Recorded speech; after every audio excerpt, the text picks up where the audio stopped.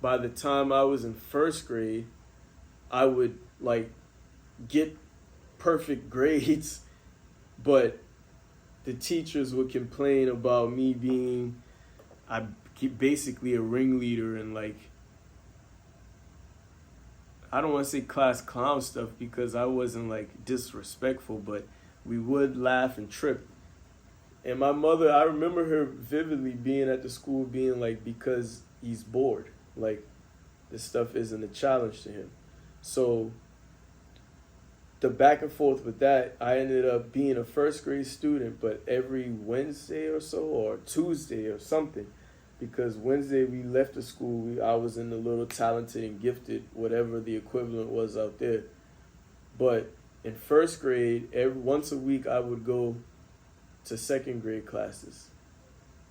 And it didn't last too long because I was not ready for that, like just socially, really. And I don't know what else happened. But this trajectory continued up until about fourth grade, and I had a teacher named Miss Terry. And I remember my mother and her going back and forth. Man, that lady was so mean. Like, she was just so hateful. She had something against me. And I want to think that it was maybe like when the discussions were had about me, because everybody went to the same school if you're military, so they would know like discussions that were going on whether this child should be skipped up.